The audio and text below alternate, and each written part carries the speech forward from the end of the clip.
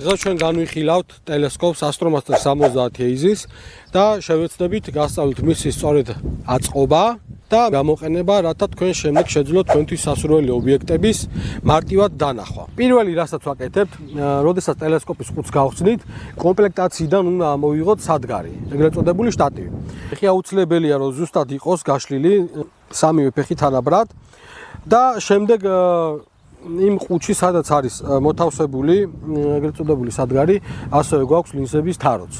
ლინზების თარო გარდა იმისა, რომ არის ლინზების თარო, ასევე ასრულებს ფიქსაციის როლსაც. აი ნახეთ, აქ აქვს თავის ჭრილი, ამ სამაგრს და ჭრილს მოვათავსოთ ერთმანეთში და დავაფიქსირებთ ამ სამ წერტილში. 1 2 3. რის შემდეგაც შტატივი უკვე ბევრად მყარად იქნება. ეგ ეტაპი არის ის, რომ შტატივი სრულად უნდა გავშალოთ და ამაში იგულისხმება რა?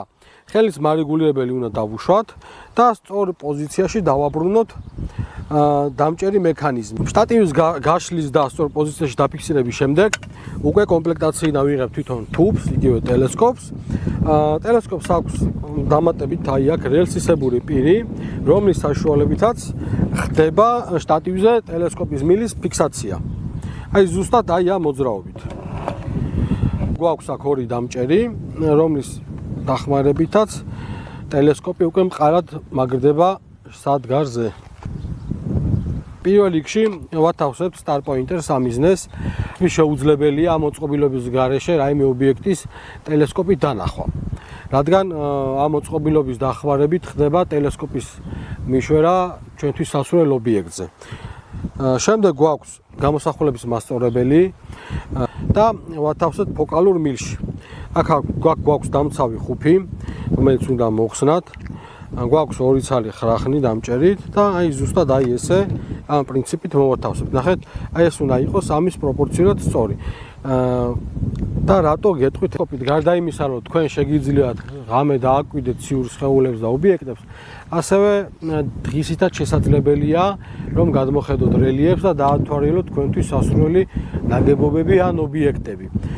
თუმცა აქვე გეტყვით, რომ უშუალოდ სპეციალური ფილტრის გარეშე არ შეიძლება რომ შეხედოთ მზეს ტელესკოპით. რადგან გამოიწვევს ფატალურ შედეგებს და დაგიზიანებთ მხედველობას. თუ დღის განძილზე მოგინდებათ მზის შეხედვა, ამისათვის საჭიროა რომ გამოიყენოთ სპეციალური ფილტრები. გვაქვს სპეციალური მაფრთხილებელი, რომელიც ჩვენი ბრენდის ტელესკოპებს ყველას მოყვება ქარხნულ კომპლექტაციაში, რომელიც გავფრთხილებთ, რომ სპეციალური ფილტრის და დამცავის გარეშე არ შეიძლება რომ შეხედოთ მზეს.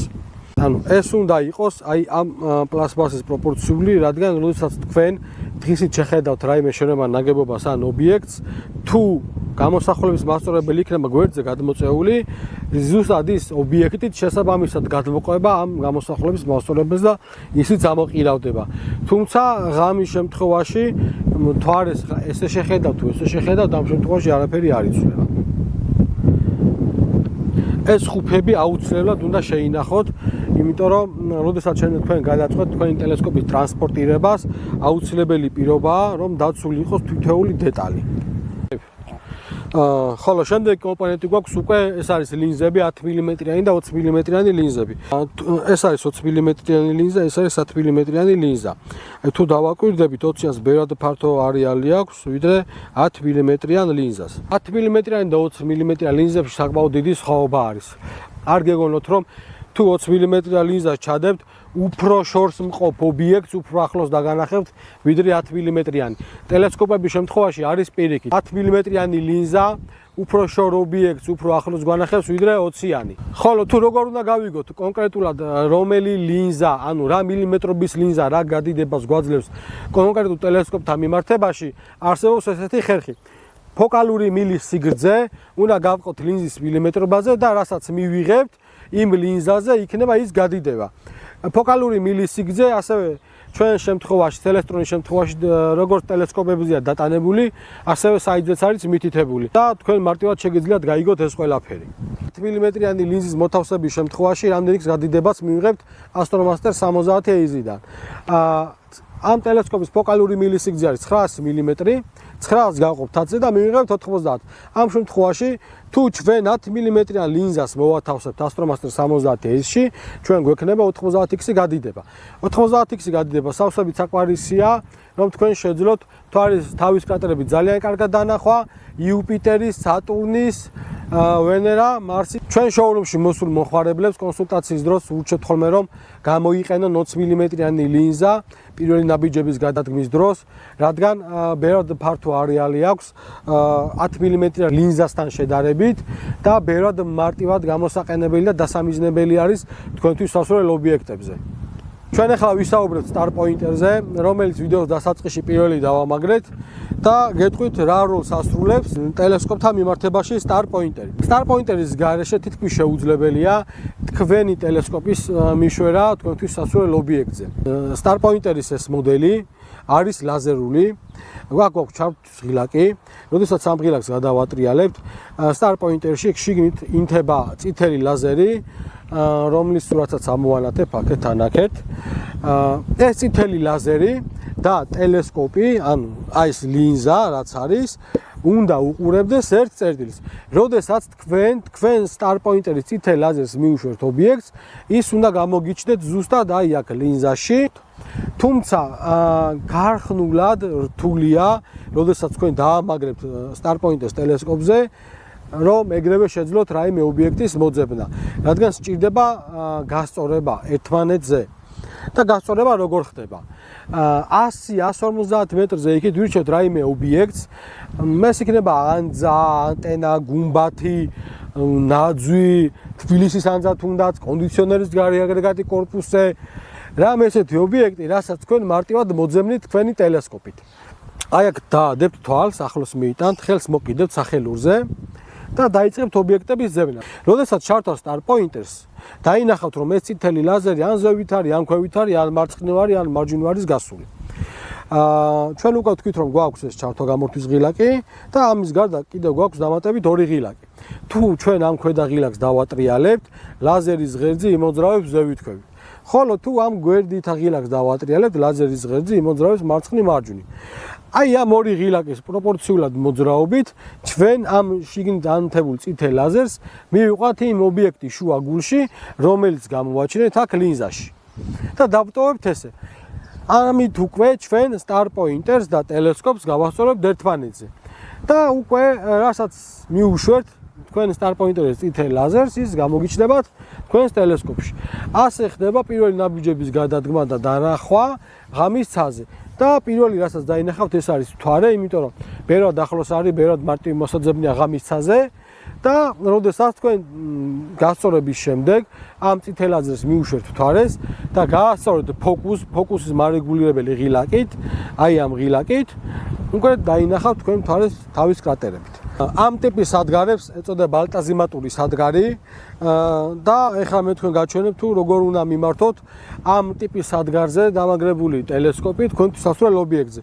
ერთი შეხედვით გვაქვს აქ ერთი სახელური დამატებით, მაგრამ ასევე გვაქვს მეორე ღილაკიც. ამ სახელურზე ხელი შეხებით უნდა დავატრიალოთ, ხრახნით არის და როდესაც დავატრიალებთ, მოვუშვებთ, მოთავისუფლდება მექანიზმი და თქვენ უკვე შეგეძლება ტელესკოპის ზევით, ქვევით მიმართულების მიცემა. ხოლო როდესაც თქვენთვის სასურველი მიმართულების პოზიციაზე დააფიქსირებთ, უღმა დაატრიალებთ მექანიზმს და უკვე მყარად იქნება ტელესკოპი და ის აღარ გამოძრავდება. ხოლო თუ თქვენ გინდათ რომ ტელესკოპს შეუცვალოთ მიმართულება და ან მარცხნივ წაიღოთ უშუალოდ უკიდურესად ან მარჯვნივ, ამ შემთხვევაში გვაქვს მეორე ღილაკი, რომელსაც დავუშვებთ, ან მოვუშვებთ და უკვე შეგიძლიათ მარცხნივ მარჯვნივ ან სულაც წრიულად დაატრიალოთ ტელესკოპი და მისცეთ თქვენთვის სასურველი პოზიცია. რაც შეეხება ტელესკოპის პრაქტიკაში გამოყენებას, თუ უშუალოდ როგორ უნდა დავუმიზნოთ ღამით ჩვენთვის სასურველ ობიექტს, რა თქმა უნდა ამასაც გაჩვენებთ და დაველოდოთ აღამებას. ეხლა ჩვენ Astromaster 70S-ით შევხედათ მთვარეს, გადავუღებთ კიდევაც სურათებს, რომ თქვენ ნახოთ მე როგორ ჩანს ამ ტელესკოპით მთვარე. ამისათვის ჩვენ დაგვჭირდება მობილურის ადაპტერი, რომელსაც დავაყენებთ ლინზის თავში.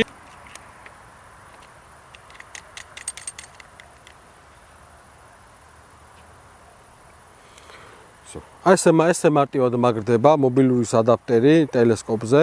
მოვათავსოთ მობილურს ეს ტელეფონზე. ჩავრთავთ კამერას, რა თქმა უნდა. მაგრამ ყველაზე მთავარი რა არის? ხო, უკვე როგორც ვიცით ვიდეოს წინა ნაწილიდან რომ Star Pointers და ტელესკოპს თუ გავასწორებთ ერთ წერტილიზე, ჩვენ ყველაფრის დანახვას შევძლებთ, ასე რომ მე ხა ჩავრთავ Star Pointers და წითელ ლაზერს აუცილებლად დავუმიზნებ მთვარეს. ბატონო, გასწორებულია, მთვარის შუაგულში მაქვს მიშვერილი Star Pointers წითელი ლაზერი, ამას ფოტოთითაც გაჩვენებთ, უკვე ვიდეოში მივაბავთ. ვეცდები, რომ მობილური გავასწორო ოკულარის შუაგულში ამ ორი ღილაკის დახმარებით. ზედა ღილაკი მექანიზმს მობილურთან ერთად ამოძრავებს ვითქვევით, ქვედა ღილაკი პირიქით მარცხნივ მარჯვნივ. და ამ კომბინაციის დახმარებით მობილურის მთავარ კამერას გავასწორებ ოკულარზე.